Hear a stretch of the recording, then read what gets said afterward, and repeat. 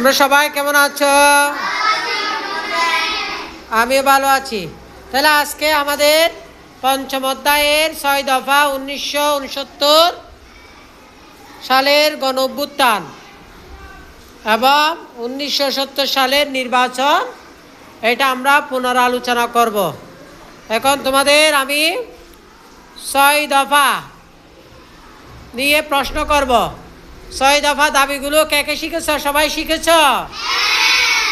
হ্যাঁ, তাহলে আমি যার কাছ থেকে জিজ্ঞাসা করি সে বলবে।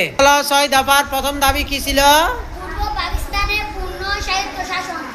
তুমি বলো দ্বিতীয় দফা কি ছিল? পূর্ব পাকিস্তানের জন্য নিজস্ব মুদ্রা।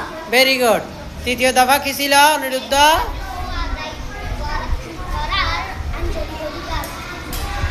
হ্যাঁ অন্তিক, তুমি 4 নম্বর বলো। 4 নম্বর দফা কি ছিল 6 দফার? রপ্তানি আয়ের বৈদেশিক মুদ্রা ব্যয় করবে আঞ্চলিক সরকার। কৌশিকা তুমি বলো 6 দফার 5 নম্বর দফা কি ছিল? আধাসামরিক বাহিনী নিয়ন্ত্রণ থাকবে আঞ্চলিক সরকারের। আঞ্চলিক সরকারের। 6 দফার একেবারে লাস্ট দফা কি ছিল? অমিতা বলো, অমৃতা বলো। কেন্দ্রীয় সরকারের হাতে শুরু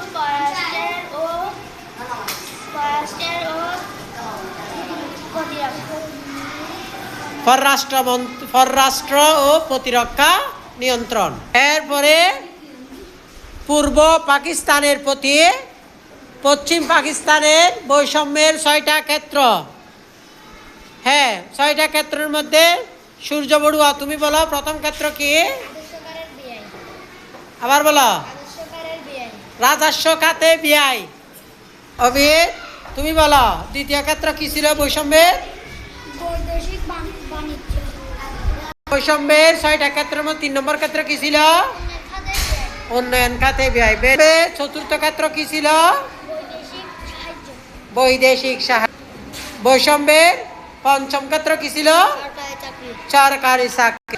হ্যাঁ, বৈষম্যের 6ষ্ঠ ক্ষেত্র কি ছিল রিলিশা বড়ুয়া? দ্রব্যের দামে ক্ষেত্র ছিল। Very good. তোমাদের সবার কেমন লাগছে?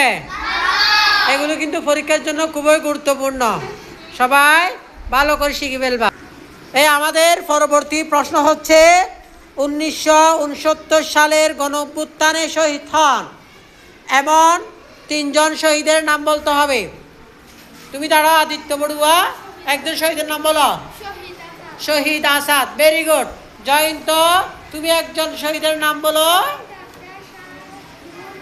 শহীদ ডক্টর শামসুজ্জোহা। আর জোরে বলো, আরো জোরে বলো।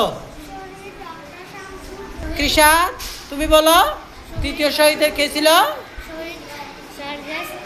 জহুরুল হক। Very good. সবাই একটু জোরে হাততালি দাও। 1970 সালে বাঙালিরা 3টা অর্জন করেছে। তার মধ্যে প্রথম অর্জন কি বলতো? Very good. নির্বাচনে জয়লাভ করেছে। হ্যাঁ, কুশল বড়ুয়া তুমি বলো 2 নম্বর অধিকার কি ছিল?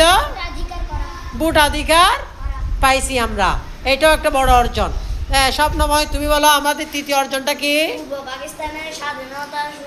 পূর্ব পাকিস্তান স্বাধীনতার পথ সুগম হয়। Very good. ভিডিওটা যদি ভালো লাগে সবার কি করবে? সাবস্ক্রাইব করবে, লাইক কমেন্ট করে পাশে থাকবে। সবাইকে ধন্যবাদ।